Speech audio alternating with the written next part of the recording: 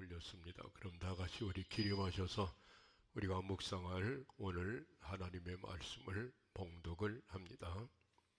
먼저는 누가복음 2장에 기록된 성탄 사건의 말씀. 누가복음 2장 1절부터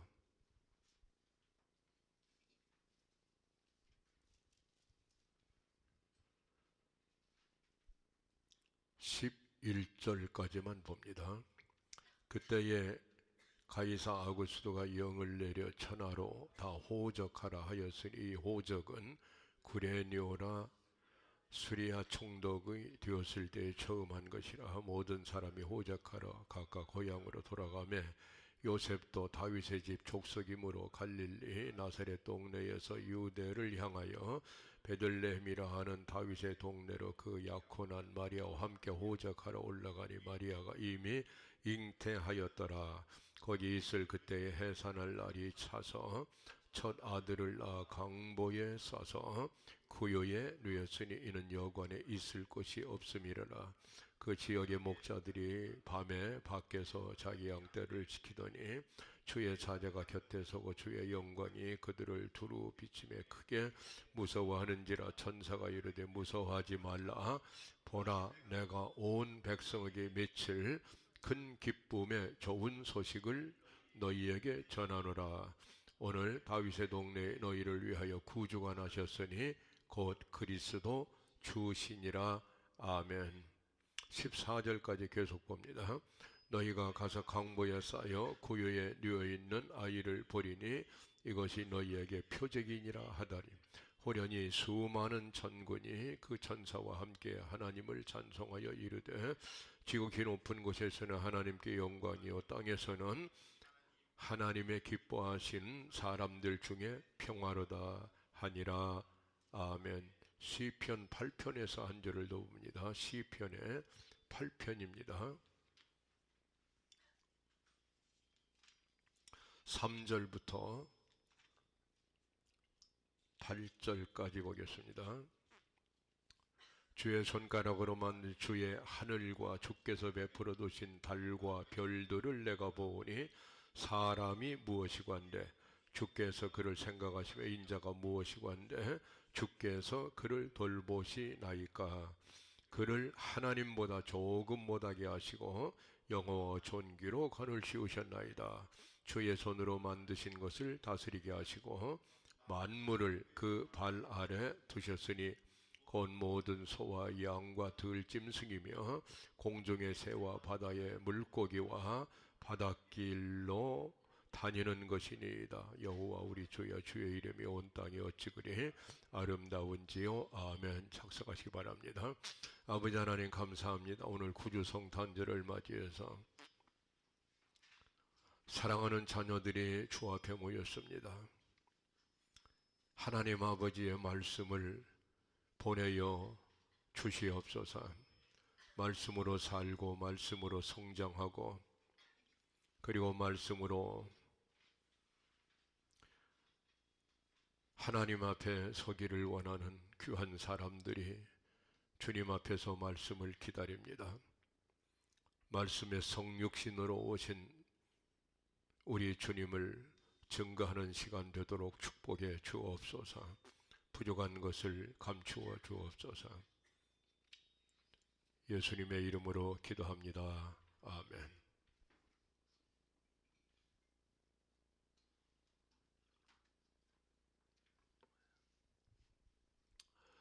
우리 주님의 거룩한 탄생의 이 아름다운 절기를 맞이해서 하늘에는 영광, 땅에는 평화, 그리고 여러분의 심령과 가정, 삶의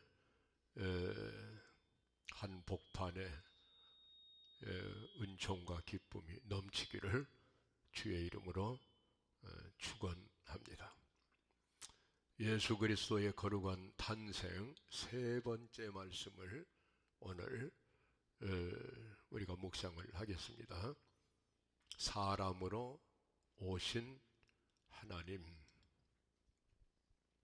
사람으로 오신 하나님.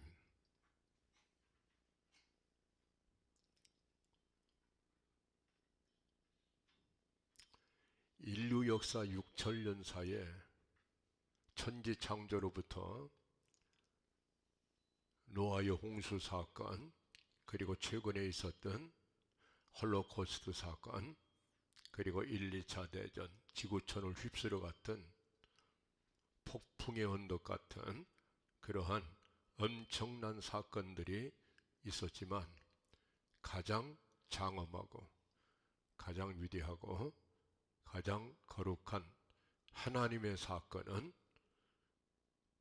메시아의 탄생의 사건입니다. 이 사건보다 크고 그리고 거룩한 사건은 없습니다. 자, 이 사건 앞에 우리가 섰습니다. 우리는 이 사건을 어떻게 해석하고 우리 삶 속에 적용해야 되는가?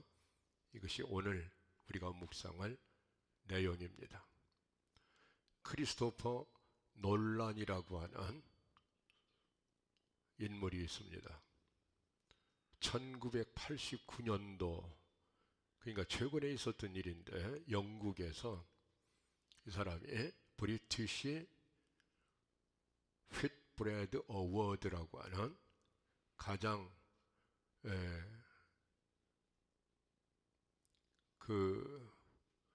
유명한 문학상을 거머쥔 인물입니다. 그 문학상을 받은 제목은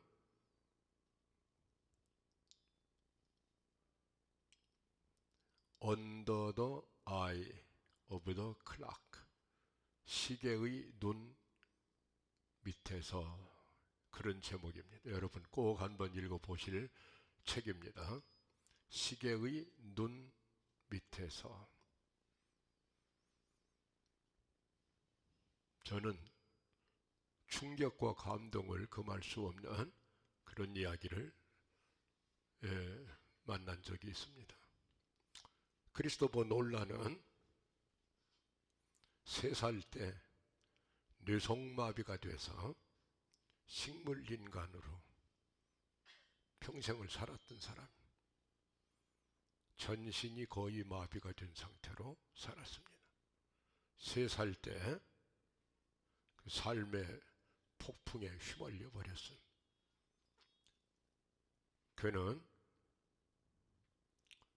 말도 못하고 듣지도 못하고 손가락 하나 까딱할 수가 없는 그런 사람입니다. 그런 사람이 대영 제국을, 아니 전 세계를 깜짝 놀라게 할 만한 작품을 내놓은 겁니다. 그것이 시계의 눈 밑에서라는 그러한 이야기입니다. 그는 그 작품을 쓰기 위해서 오직 눈빛으로밖에는 자기 의사 전달이 불가능한 이런 사람, 눈빛을 통해서 말도 하고 사랑도 하고 그리고 삶의 모든 것을 드러낼 수 있는 이 사람이 글을 썼습니다. 타자를 쳐서 이마에다가 막대기 하나를 반창고로 붙였습니다. 그리고 타자기를 놓고 한 글자 한 글자 눌러가기 시작했습니다. 여러분, 한 페이지를 쓰는데 12시간이 걸렸다 그랬어요. 이것이 인간의 위대성이고 우리가 상상할 수 없이 하나님의 손에 의해서 만들어진 여러분의 실상입니다. 손가락 하나 까딱할 수 없을 때, 손가락으로 타자를 칠 수 없을 때는 이마에 반창고를 붙여라. 그리고 막대기를 달아라. 그리고 12시간이 걸릴지언정 한 글자 한 글자 정성을 다해서 눌러나가라. 그것이 한 걸음 한 걸음 평생을 살아가는 인간의 품격이라는 것입니다. 그걸 인격이라고 하는 겁니다. 그 힘으로 우리는 진심을 다해서 삶을 살아내고 있는 겁니다. 어중간하게 사는 사람들은 스스로 자신의 품격을 내버린 사람들입니다. 최선을 다해 살지 않으면 삶 자체가 성립될 수 없다는 것, 바로 그것을 크리스토퍼 놀란은 그의 작업의 과정에서부터 보여주고 있는 겁니다.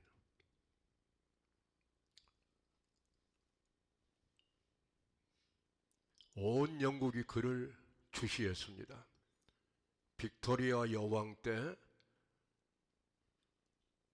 대영 제국에는 해가 지는 땅이 없다고 자랑하던 그 영국이 쇠퇴해가기 시작하고 모슬렘에 먹히기 시작하고 퓨리탄 정신이 흔들려 버리고, 그러한 서구 몰락과 대영 제국의 몰락의 현장에 크리스토퍼 놀란이라고 하는 놀라운 사람이 우뚝 쓴 겁니다.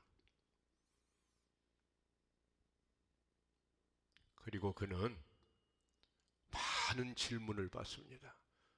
그 상을 받는 현장에서 어떻게 이렇게 위대한 정신이 불꽃처럼 타오를 수가 있는 겁니까?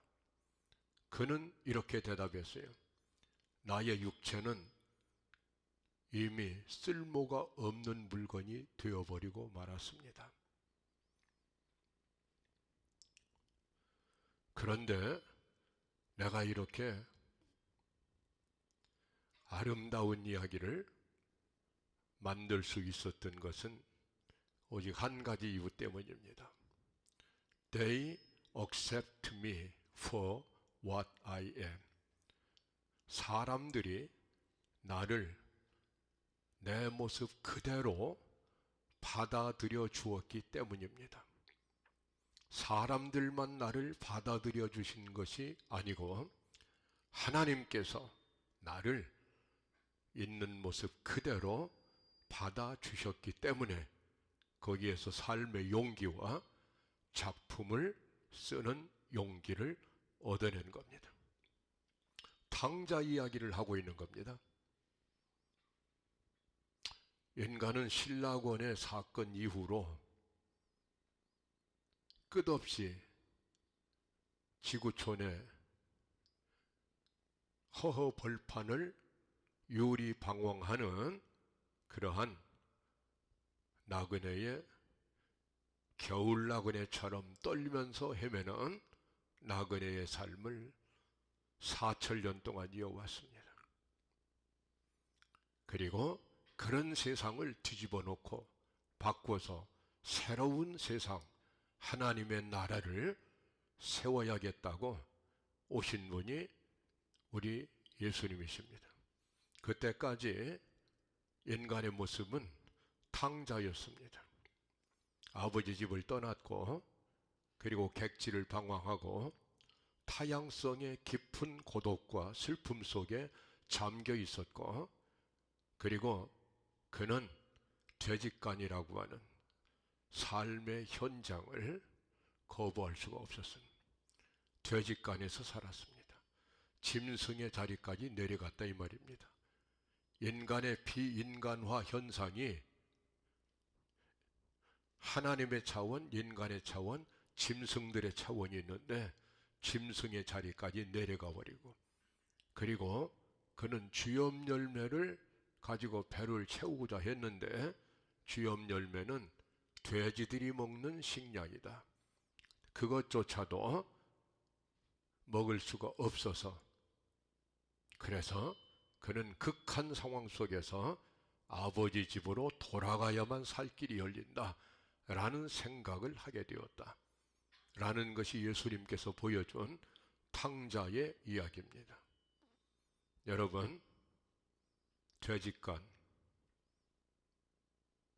인간이 죄직간에 떨어졌을 때 거기서부터 하나님의 보좌에까지 인간을 끌어올리기 위해서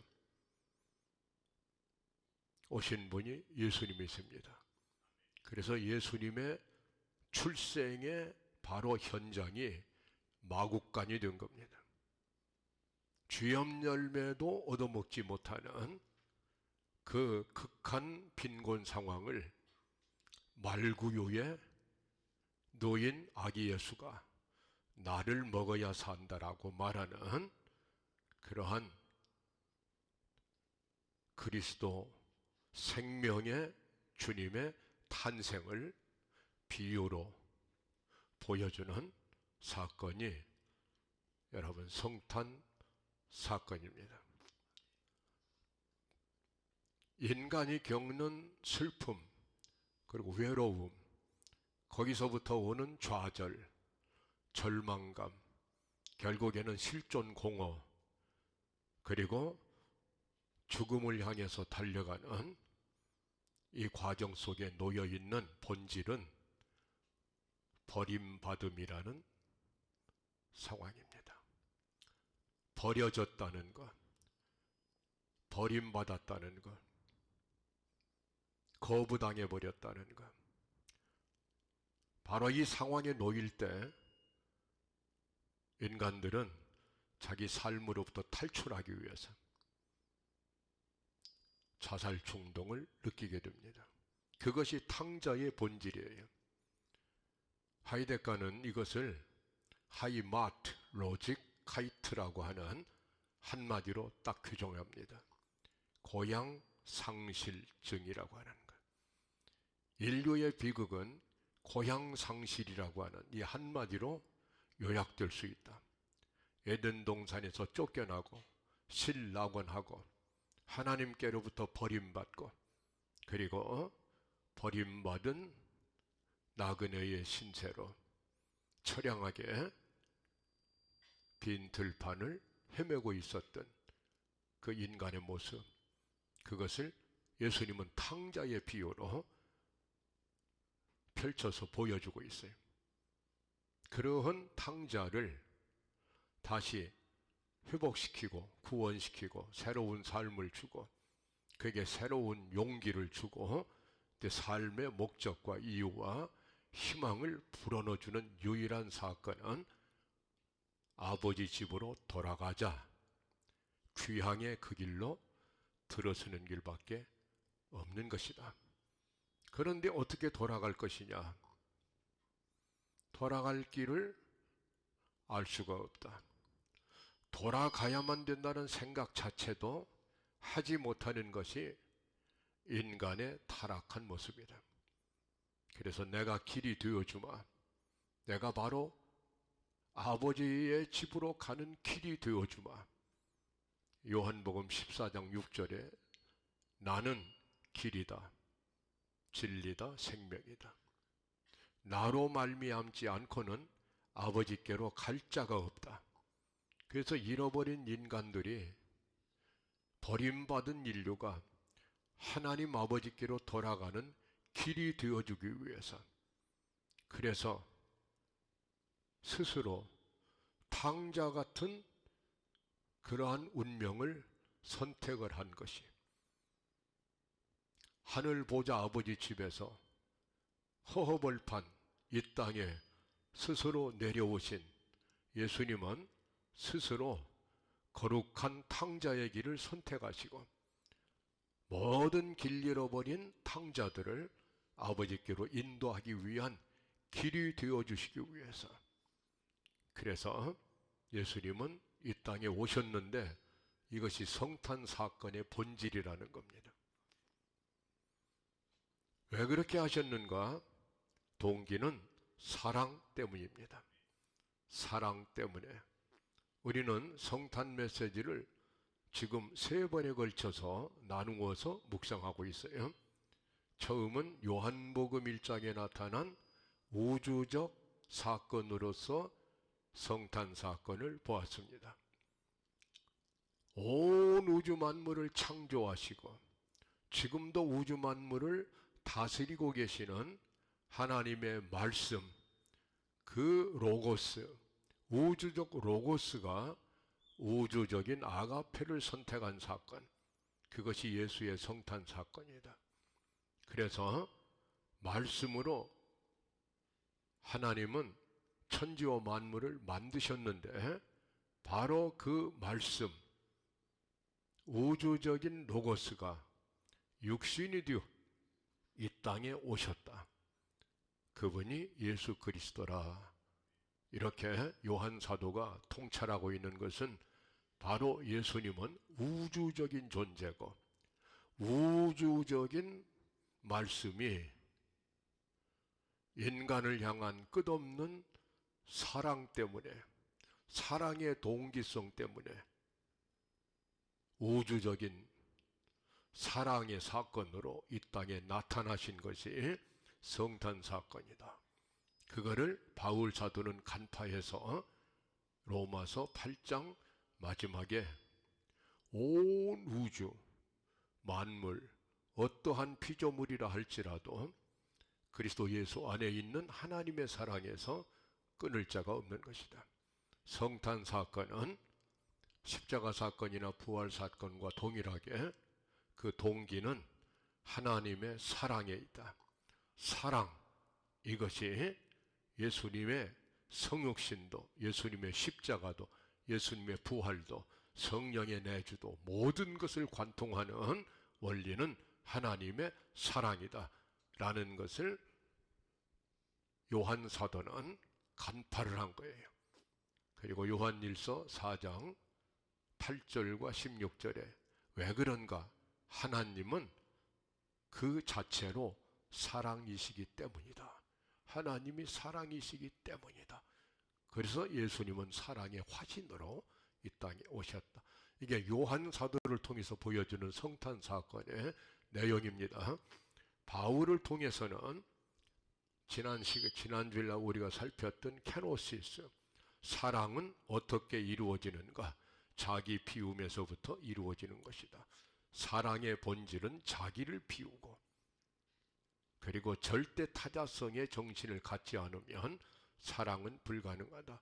그래서 첫째는 하나님 아버지를 사랑하시기 때문에 하나님의 절대 주권을 세우기 위해서 죽기까지 절대 복종하심으로 하나님의 나라와 권세와 영광을 세우기 위해서 오신 분이 예수님이신데, 이게 성탄 사건의 이유인데, 하나님을 사랑하기 때문에, 아버지를 사랑하기 때문에, 두 번째는 인간을 사랑하기 때문에, 그래서 하나님이 자기를 비우시고 그리고 이 땅에 오신 것이 성탄 사건의 본질이다. 오늘은 마태, 마가, 누가복음에 나타난 역사적 예수, 아기 예수로 오신 예수. 왜 그렇게 오셨는가? 아기 예수로 오신 것은 영이신 하나님이 몸을 입고 오셨다. 그 몸은 왜 입으셨는가 하면은 부활은 몸의 부활이기 때문에 부활을 통해서 죽음의 권세로부터 모든 인류를 건져내서 하나님의 아들의 차원으로 올려놓기 위해서 스스로 몸을 입으신 그 사건이 사람으로 오신 예수님이다. 사람으로 오신 예수님. 하나님이 왜 사람이 되셨는가 하면은 긍휼 때문에, 사랑 때문에. 긍휼이라고 하는 것은 너의 아픔이 나의 아픔이고 너의 기쁨이 나의 기쁨이 되고 나의 너됨이 너의 나됨이 된다고 하는, 바로 하나님이 사람이 되셔서 사람들로 하여금 하나님의 아들이 되도록 만드는 이러한 놀라운 사건을 사람으로 오신 하나님. 겔케골은 이 성탄 사건의 이 부분을 아주 동화처럼 아름다운 이야기로 우리에게 소개하고 있어요. 어떤 왕자가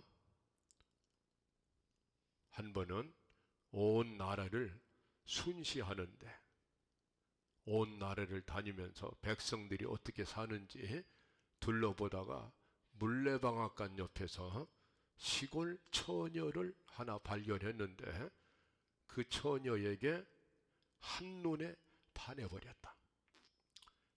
왕궁으로 돌아왔는데도 물레방앗간 옆에 그 시골 처녀 얼굴이 자꾸만 마음에 떠오른다. 결국은 그 왕자는 그 처녀를 사랑하기 위해서 다른 길을 선택할 수가 없었다.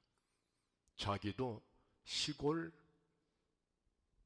농부의 모습으로 변장을 하고 자기를 낮추고 그 물레방앗간 동네로 찾아가서 거기서 살면서 같은 신분으로 시골 처녀를 사랑하기 시작했다. 그렇게 해서 그와 사랑을 완성시켜 나갔다. 이런 우화를 만들고 바로 이러한 모습이 하나님께서 인간을 사랑하사 사람이 되셔서 사람의 비참함과 사람의 고난과 슬픔에 가득 찬 삶 속에 뛰어들어 오셨던 예수님의 탄생의 사건에 하나의 우화, 이렇게 알레고리아로 보여주는 그러한 이야기다라고 이야기를 하고 있어요. 문제는 여기서부터입니다. 그렇다면 왜 하나님은 그토록 사람을 사랑하셨는가? 사람은 죄악 속에 사탄의 종노릇하면서 하나님께 반기를 들고 끝없는 반동의 삶을 살고 있는 그 인간들이 무엇이 그렇게 사랑스러워서 왜 인간을 사랑하셨는가?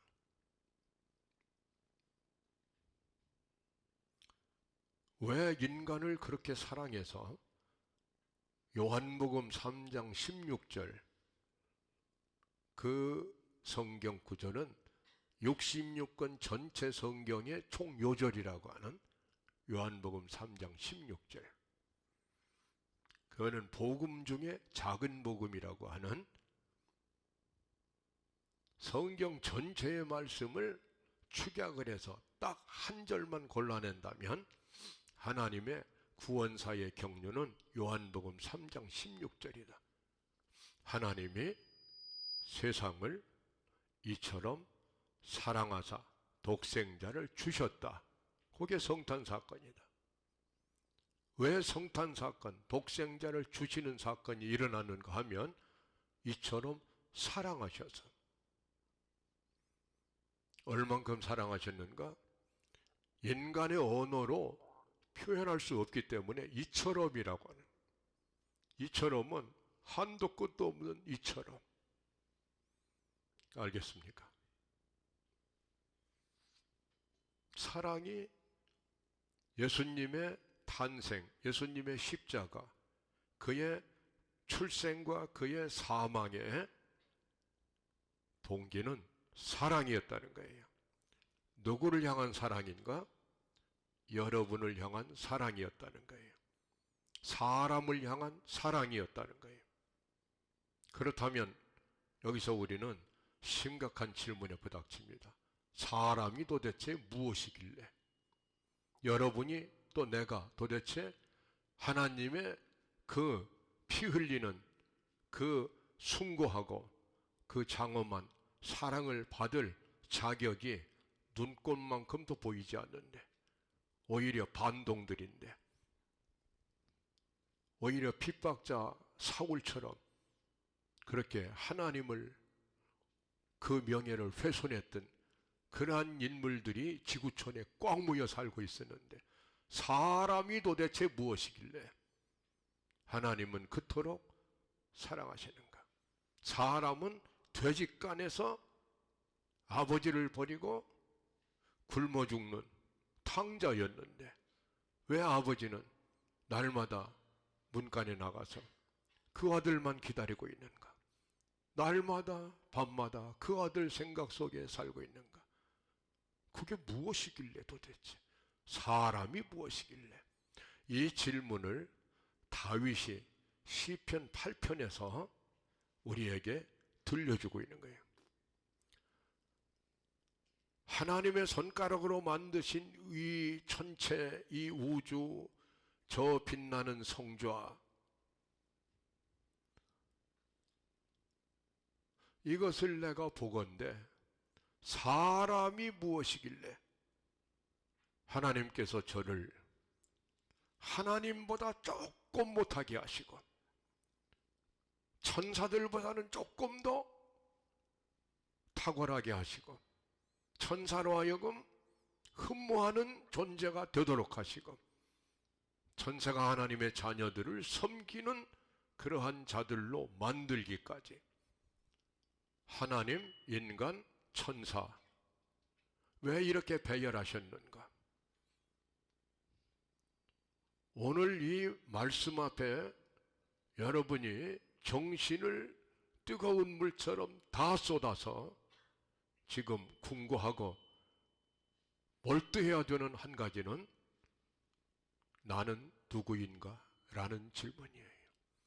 내가 도대체 누구이길래 나를 위해서 하나님이 사람이 되셨고 사람이 무엇이길래 하나님이 사람이 되셨냐 이 말이에요. 알겠습니까? 사람이 도대체 무엇이길래? 사람을 사랑하시는 가장 최고의 방법은 그 사람과 똑같이 되는 것이 그것이 사랑이다. 그렇다면 사람이 하나님이 보실 때는 도대체 무엇이길래 모든 것을 다 사람이라는 존재 앞에 내던져버리고 자기를 비우시고 우주 만물을 다 알겠습니까? 동원해서 사람에게 집중하도록 하고 계시는가? 그 사람은 바로 여러분 한 사람 한 사람 실존적 중심점이 되고 있는 내가 누구이기에? 라는 질문이 다윗의 마음을 사로잡은 거예요.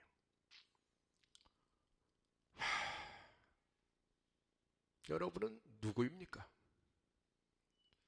하나님이 여러분을 위해서 죽을 만한 자격이 있습니까? 우주를 창조한 하나님께서 여러분을 위해서 말밥통 속에 내려와 어린 아기로 누워야 될 만한 자격이 있느냐 이 말입니다. 그것을 깨닫는 것이 예수의 탄생은 말구 위에 탄생한 것, 그것은 바로 내 영혼 속에 탄생한 것이고 예수의 탄생으로 말미암아 내가 새로운 인간으로 탄생하는 이 사건이 없으면 예수의 탄생은 종교적인 하나의 통과 의례에 불과한 거예요. 아무런 의미를 갖지 못해요. 오늘 여러분은 새로운 인간으로 예수 안에서 탄생해야 된다는 것. 그것이 성령으로 거듭나지 않고는 하나님 나라를 볼 자가 없다는 것.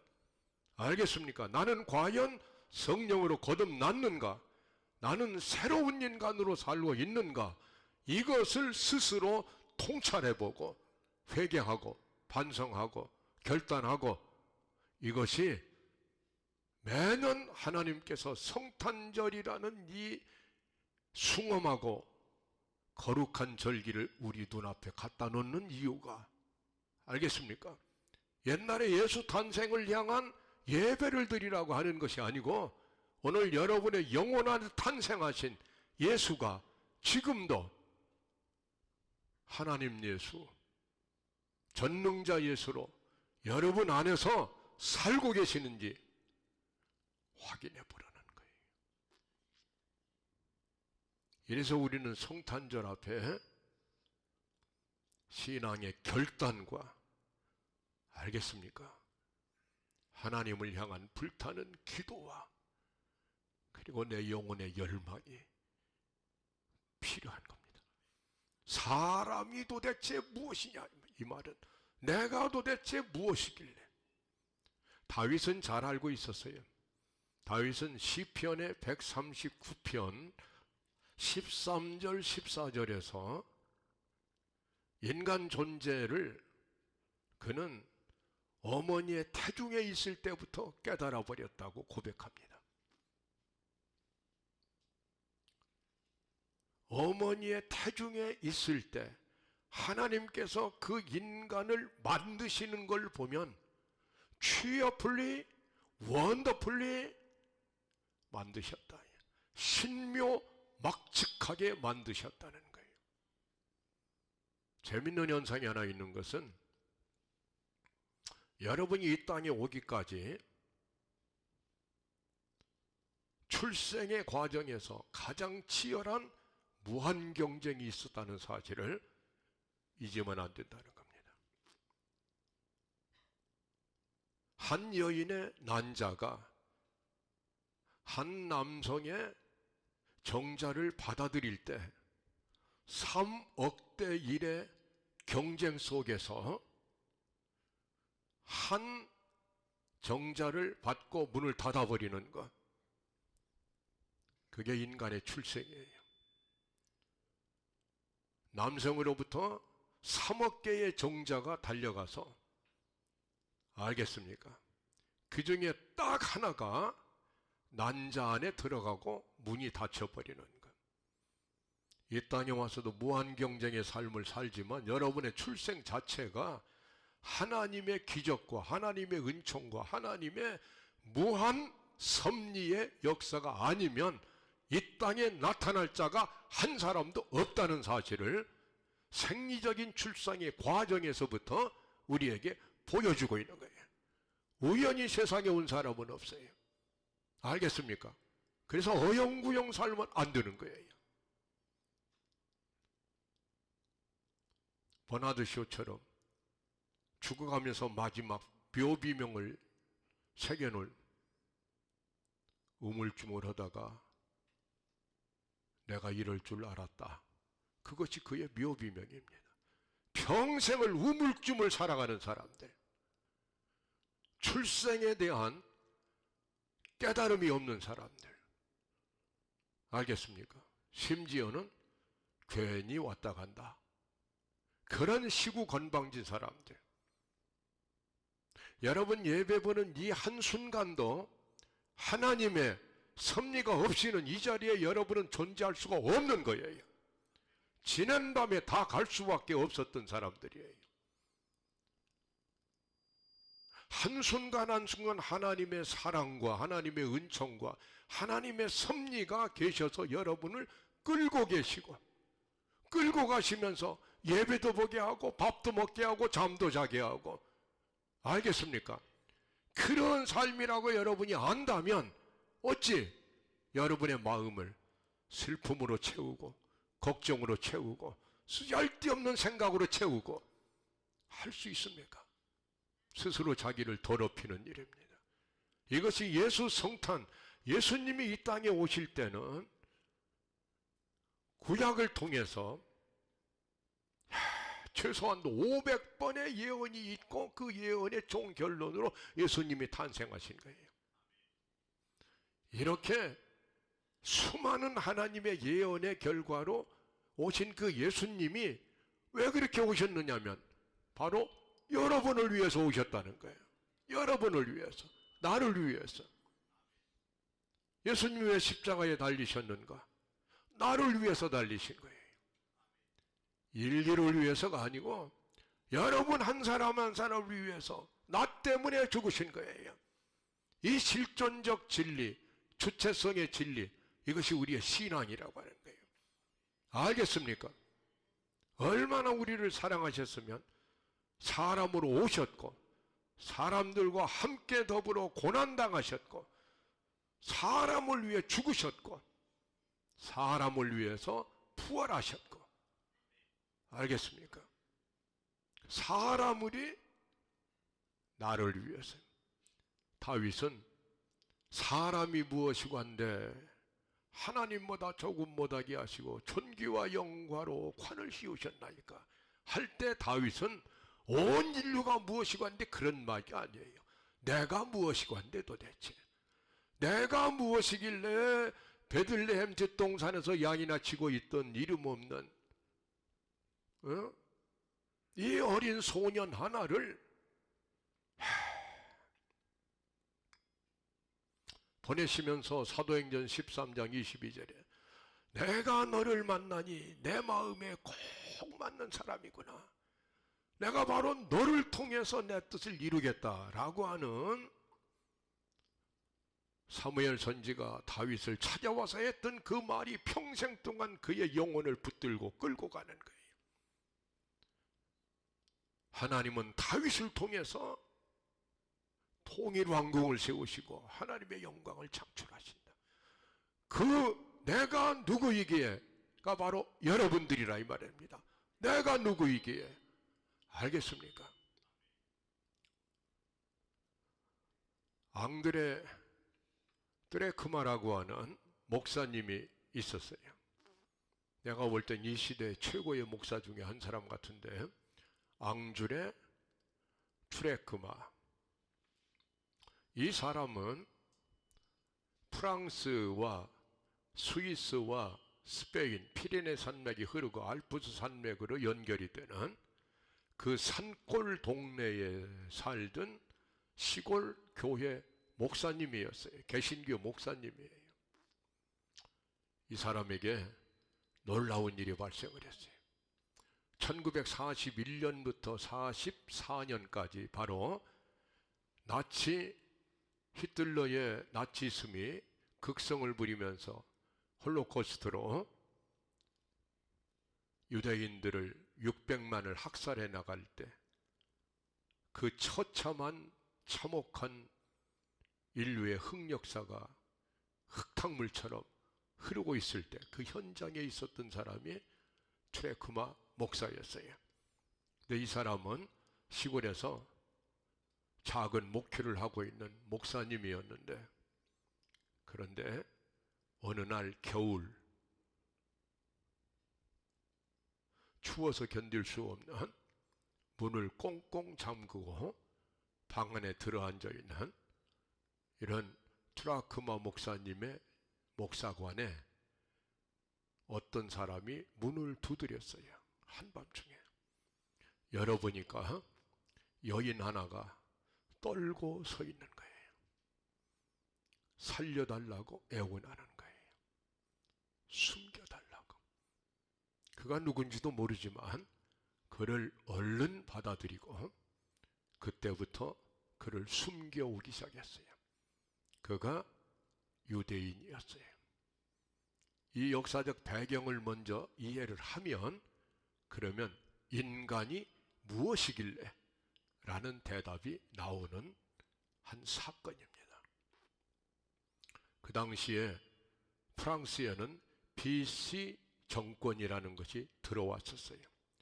사실은 나치즘이 독일 군대가 들어오기도 전에, 프랑스를 점령하기도 전에 스스로 프랑스의 BC 정권이 들어서 가지고 반유대주의를 표방하고, 그리고 나치즘에 동조하는 세력이 들어섰는데 8만 3천 명이 그 당시에 프랑스 안에 유대인의 신분으로 살고 있었어요.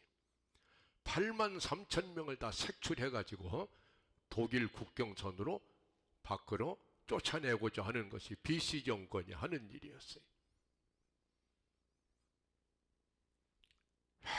그때 프랑스에 살고 있었던 유대인들은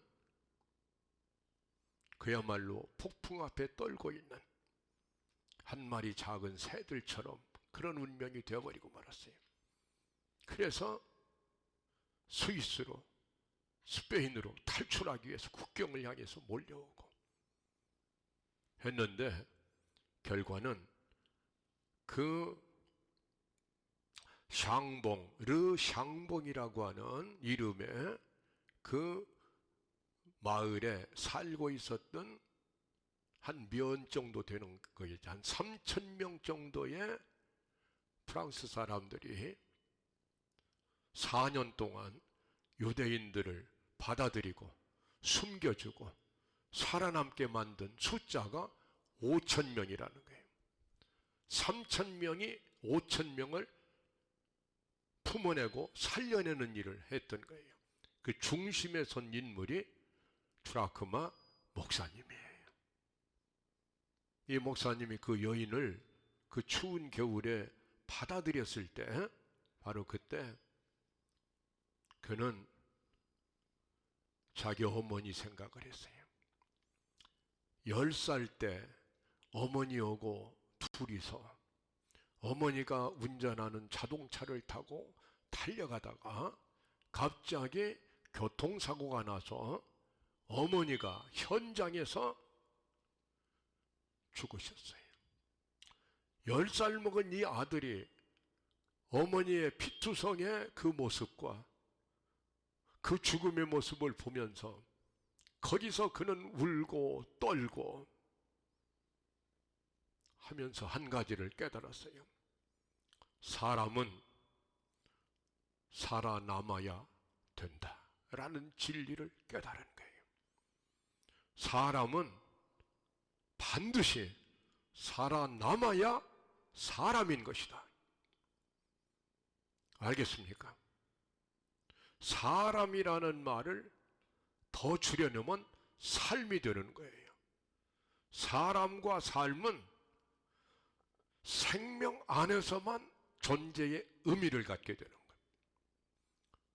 여러분도 반드시 살아남아야 되는 거예요. 이 살아남는 문제가 얼마나 심각하냐면 예수님께서 십자가 사건도 부활 사건도 바로 사람으로 하여금 살아남게 만들기 위해서 일으키신 사건이었고, 그리고 예수님께서는 나를 믿기만 하면, 내 안에 들어오기만 하면 살아서 믿는 자는 영원히 죽지 않는 것이고 죽은 자까지도 살아나는 것이, 그게 예수다. 나는 부활이요 생명이다. 나는 사람으로 하여금 살아남게 하기 위해서 이 땅에 찾아오신 생명의 하나님이시다 라는 것이 예수의 의미입니다. 사람은 살아남아야 된다. 여러분들 하나님이 주신 생명 하늘처럼 소중하게 받들어야 되는 거예요. 목숨은 하늘입니다. 하늘이 주신 목숨을 하늘처럼 받드는 자들, 알겠습니까? 하나님이 주신 천명을 다 누리는 자들, 이 땅에서 다른 어떤 명분도 그것을 대신할 수는 없는 거예요. 여러분이 하나님께서 이 땅에 여러분을 보낸 뒤에 첫 번째 명령은 살아야 된다. 살아라. 이것이 삶의 명령이 여러분이 받은 첫 번째 하나님의 명령이에요. 살기 위해서 최선을 다해야 되고, 알겠습니까? 그래서 삶 속에 기쁨과 감격과 희망과 감사가 넘쳐야 되는 것은 그것이 유일한 풍성한 삶의 증거가 되기 때문인 거예요. 사람은 살아남아야 된다. 내 어머니가 방금 전까지만 해도 그 따뜻한 품으로 나를 품고 계셨던 어머니가 한순간에 교통사고로 시신이 되고 나니까 나는 어머니를 잃어버린, 나에게 지금 가장 중요한 명제는 내 어머니가 살아 계셔야 된다는 것이다.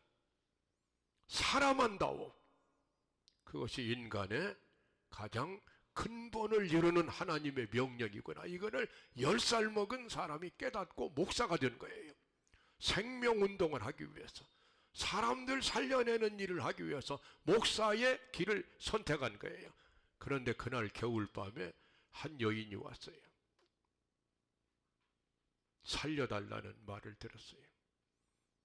그것이 출발점이 돼서 그 다음부터 그가 유대인이기 때문에 삶으로부터 추방당하고 유대인이기 때문에 죄 없이 죽음에 끌려가고 있는 사람들을 끝없이 받아들이는, 그래서 그 르샹봉이라는 그 마을은 무지개 마을이라는 이름이 붙여지고, 그리고 수많은 유대인들이 거기를 찾아오기 시작했어요. 5,000명 정도를 학교 지하실에도 숨기고 관공서에도 숨기고 그들에게 피난처를 제공하고 그들에게 식량카드를 나눠주고 그 어린아이들에게 유치원을 열어서 또 교육을 시켜주고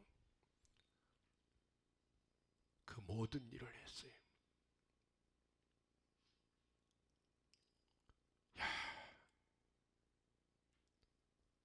나중에 PC 정부에서 이 앙드레 트라크마 목사를 체포하기 위해서 경찰들을 보냈어요.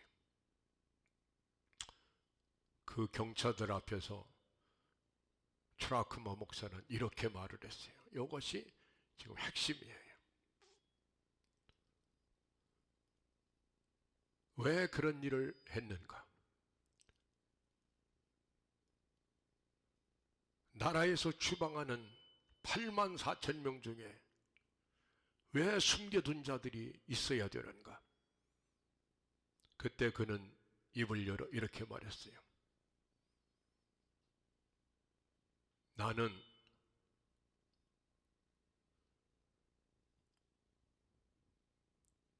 살고 싶어 하는 사람들을 숨겨주었을 뿐이라고. 그들이 살려달라고 나에게 도움을 요청했을 때 나는 그들을 외면할 수 없었다고. 나는 유대인을 모른다고. 유대인이었기 때문에 살려준 것이 아니라는 거예요. 나는 유대인이 누군지 잘 모른다고. 나는 다만 사람을 알 뿐이라고. 인간이 어떤 존재인지를 알 뿐이라고. 사람은 살아남아야만 사람이라는 사실을 알 뿐이라고. 그래서 내가 그들에게 삶을 지켜주기 위해서 그들을 숨긴 것이라고. 나는 마땅한 일을 한 것뿐이라고. 사람을 사랑한 것, 삶을 사랑한 것, 그것뿐이라고. 당연히 해야 할 일을 한 것뿐이라고.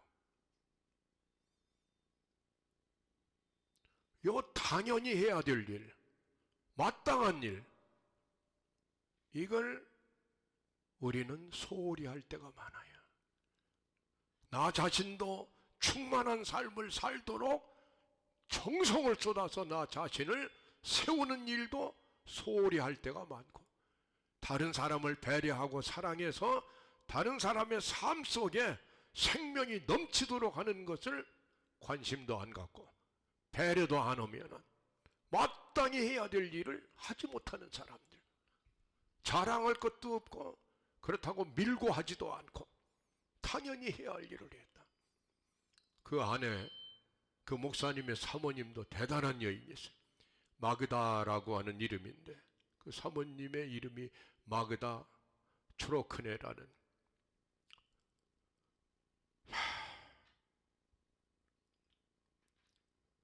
마침내 독일 군인들이 쳐들어와서 트라크마를 체포하려고 왔어요. 트라크마 피신했고, 그때 그 사모님이 그 적당들을 만났어요. 저녁 때 해가 저물을 때예요.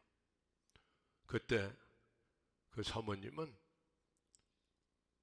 독일 군인들을 집 안으로 불러들였고, 그리고 저녁 식사를 정성을 들여서 잘 만들어가지고, 그래가지고 남편을 체포하러 온 그 군인들을 잘 대접을 했어요.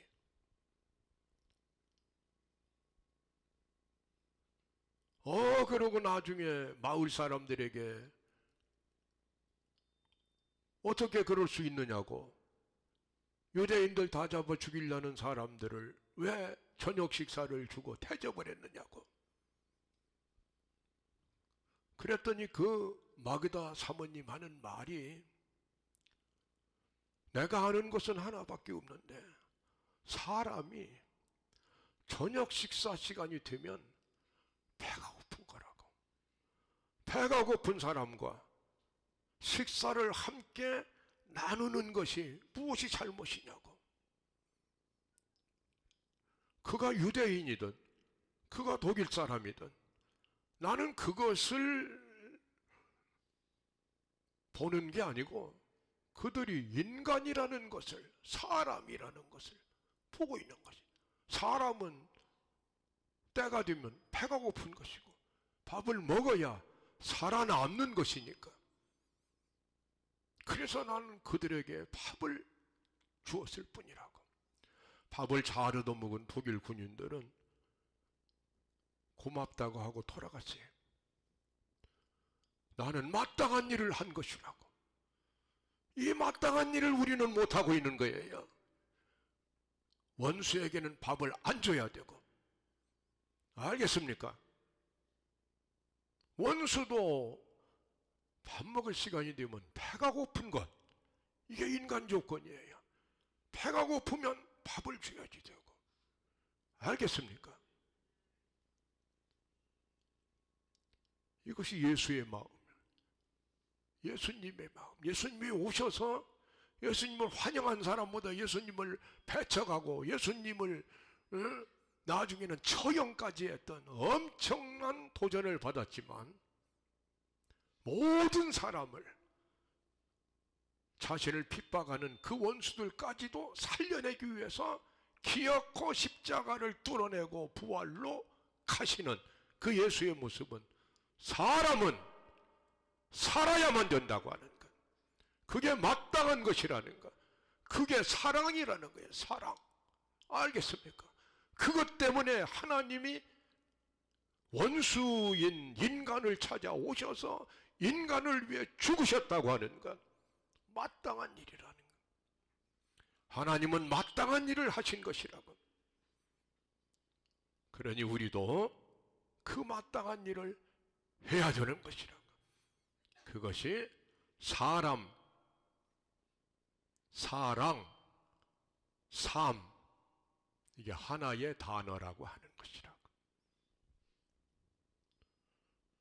성탄절의 의미는 바로 이렇게 우리를 찾아오신 예수에 대한 우리의 경배요, 우리의 찬양입니다. 야, 이 트로크마 목사 같은, 앙드레 트로크마 목사 같은 이런 사람들이 있었기 때문에 유대인들 가운데 홀로코스트의 영웅들이 탄생했어요. 그리고 마땅히 해야 될 일을 하는 사람들이 깃발을, 생명의 깃발을 휘날리기 시작했어요. 상상할 수 없는 일이 벌어져, 어느 민족에서 찾아볼 수 없는 일이 벌어졌어요. 여러분 보세요. 자기 아버지, 어머니, 두 남동생이 히틀러 손에 학살당했는데 그런 사람이, 알겠습니까? 에마누엘 레비나스라는 철학자예요. 이 사람이 어떻게 자기 철학의 주제를 타자성, 어떻게 하면 히틀러를 용서할 수 있는가, 어떻게 하면 원수를 사랑한다는 예수님 말씀은 도대체 무엇인가, 이걸 가지고 평생 동안 철학사상을 펼치는 찬란한 인간성의 샛별시간 레비나스가 바로 트라크마의 그 사랑에 반응을 한 거예요. 왜냐하면 유대인이 600만 죽었다고 유대인의 문제가 아니고 지구촌에 살고 있는 모든 인간들이 사탄의 사망의 권세에 눌려서 지금 파죽지세로 막 죽어가고 있는데, 인간을 살려내기 위해서는 이웃사랑, 원수까지도 사랑해야 된다. 에릭 프롬, 그도 홀로코스트의 영웅입니다. 그는 분연히 일어나서 사랑은 기술이라고, 사랑은 예술이라고, 그리고 존재는 소유보다 존귀한 것이라고 외치는, 알겠습니까? 여러분 잘 아는 빅터 프랭클, 이렇게 허망하게 무너져가는 인간들의 삶 속에도 의미를 발견해야 된다고, 삶의 의미가 있는 것이라고, 그것만 찾아내면 인간은 다시 살고 싶은 의욕과 의지를 세울 수 있다고. 이게 어느 민족에 찾아볼 수 없는 홀로코스트에 이러한 영웅적 반응이 나오기 막 시작하는 거예요. 여러분, 훗소리라는 사람, 이거는 대상이 문제가 아니고 의식의 지향성에 의해서 너의 시선은 너에만 이루는 것이라고. 세상은 내 안에서 형성되는 현상의 세계를 내가 살고 있는 것이라. 이렇게 이 세상을 뒤집어 가지고 해석을 하는 현상학이 그때 홀로코스트 현상에서 또 터져나오는 거예요. 수많은 영웅들이 탄생을 한 거예요. 에르스트 블루호, 절망의 검은 그림자가 인류를 뒤덮었을 때, 그리고 그것이 유대인들을 사망으로 몰고 갈 때, 그는 희망의 원리라는 책을 써내고 아직도 우리에게는 희망이 있다고. 희망이 삶을 열어가는 것이라고. 희망의 철학을 내는 유대인들. 대한민국 비교하면은 참 죄송한 일이지만 36년 동안 일제에 강압을 당했는데 독립투사들은 수없이 나왔지만 인류를 위한 사상의 영웅들은 한 사람도 나온 적이 없다. 어느 민족에서 나오는 것이냐 이 말이야. 유대인들의 특이한 현상은 자기들의 문제를 온 인류의 문제로 보고, 그리고 그 핵심은 바로 원수를 사랑하는 사랑의 문제고, 희망의 문제고, 삶의 의미의 문제고. 알겠습니까? 한나 아렌트는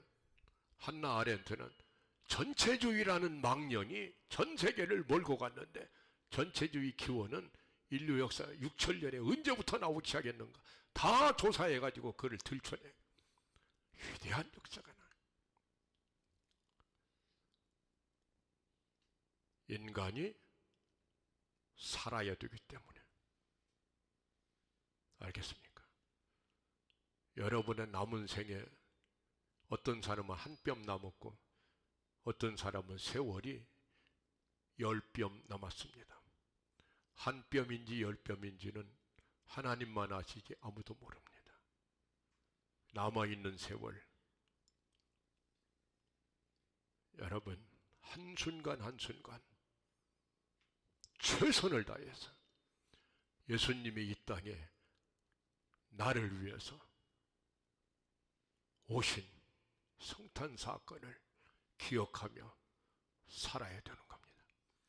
이 처참하고 참혹한 현실성을 누가 보았느냐면 도스토옙스키가 본 겁니다. 그리고 옴스크에서 4년을 보냈어요.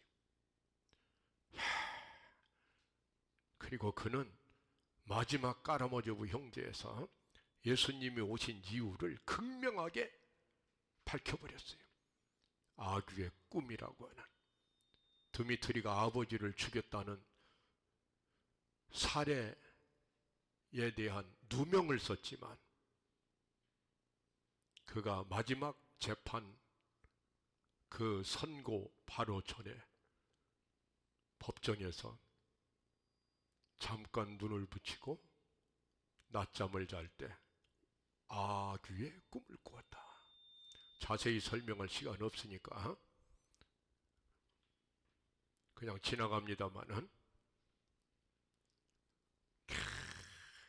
눈보라가 휘날리는 벌판을 막 마차를 타고 가는데 촌락 하나가 불타서 완전히 무너져 버렸고, 폐허가 된 촌락에 수많은 아낙네들이 와가지고 달려가는 마차 드미트리를 향해서 그냥 먹을 것을 달라고 거기에 40대 젊은 어미의 가슴에 안겨있는 서너 살밖에 안 된 이 아이가 파랗게 얼어붙은 주먹을 허공에 흔들면서 젖을 달라고 앙앙앙앙 울고 있고, 그 모습을 보면서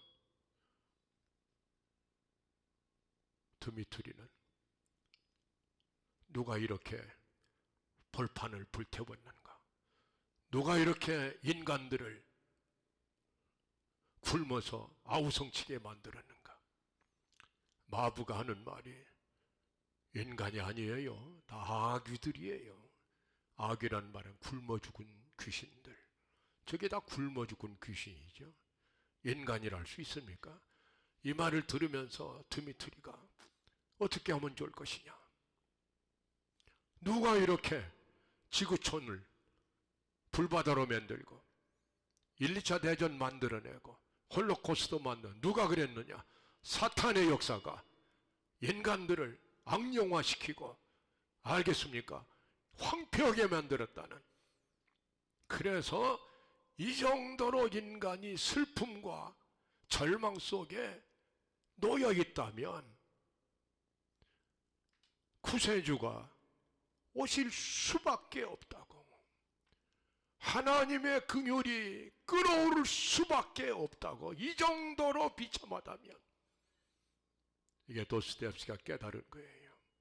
그래서 예수님이 하늘에 계셨는데 뛰어내려오신 것이라고. 처참한 사탄에게 밟혀서 사망 권세로 다 흐느적거리고 있는 인간들을 건져내기 위해서 하나님께서, 그 사랑의 하나님께서 사람이 되시고 어린애가 되시고, 나오자마자 사탄은 덤벼들어서, 그래서 수많은 젊은 갓난아이들을 다 죽여버리고, 그때부터 시나이 반도를 횡단하고 애굽으로 피난 갈 수밖에 없었던 예수님, 사탄이가 그가 나타나는 걸 끝까지 방해하고 그 예수를 죽이고자 해서 마침내 십자가에까지 몰고 갔던 그러한 극렬한 고난의 길을 뛰어들어온 것은 아귀의 꿈 같은 그러한 인간의 삶의 현장이, 알겠습니까? 폐허가 됐기 때문이다. 이렇게 진단하고 도스토옙스키는 거기서 예수님이 오셔서 한 사람 한 사람 예수님 안으로 불러들이고 새로운 인간으로, 예수의 사람으로 만들어 나가는데, 그렇게 해서 만들어진 인간들을 그의 작품 속에 나타내기 시작하는 거예요. 죄와 벌에서는 소냐라고 하는 한 어린 처녀를 통해서 예수의 이름으로 새로 거듭난 사람은 소냐 같은 사람이고, 이 사람은 라스코리니코프 같은 이 불쌍한 인생들을 위해서 끝까지 사랑의 헌신을 하는 모습을 보여줍니다. 백시에서는 미시킨을, 악령에서는 티혼 주교를, 미성년에서는 마카르 돌고루키라는 순례자의 모습으로, 그리고 까라마조부에서는 조시마 장로와 알료샤라는 인물을 통해서 예수를 드러내고, 예수의 안에서 새롭게 태어난 인간상의 모습을 드러내고, 그것이 하나님께서 예수를 이 땅에 보내셔서 예수 안으로 한 사람 한 사람 불러들여서 예수의 사람 만드시고, 하나님을 닮아가는 사람 만드시고, 그래서 하나님을 아버지라고 부르는 인간들이 나타나게 된다는, 바로 이 하나님의 찬란한 사랑의 비전을 이루어내기 위해서 찾아오신 분이 예수 성탄절의 의미, 사람으로 오신 하나님의 심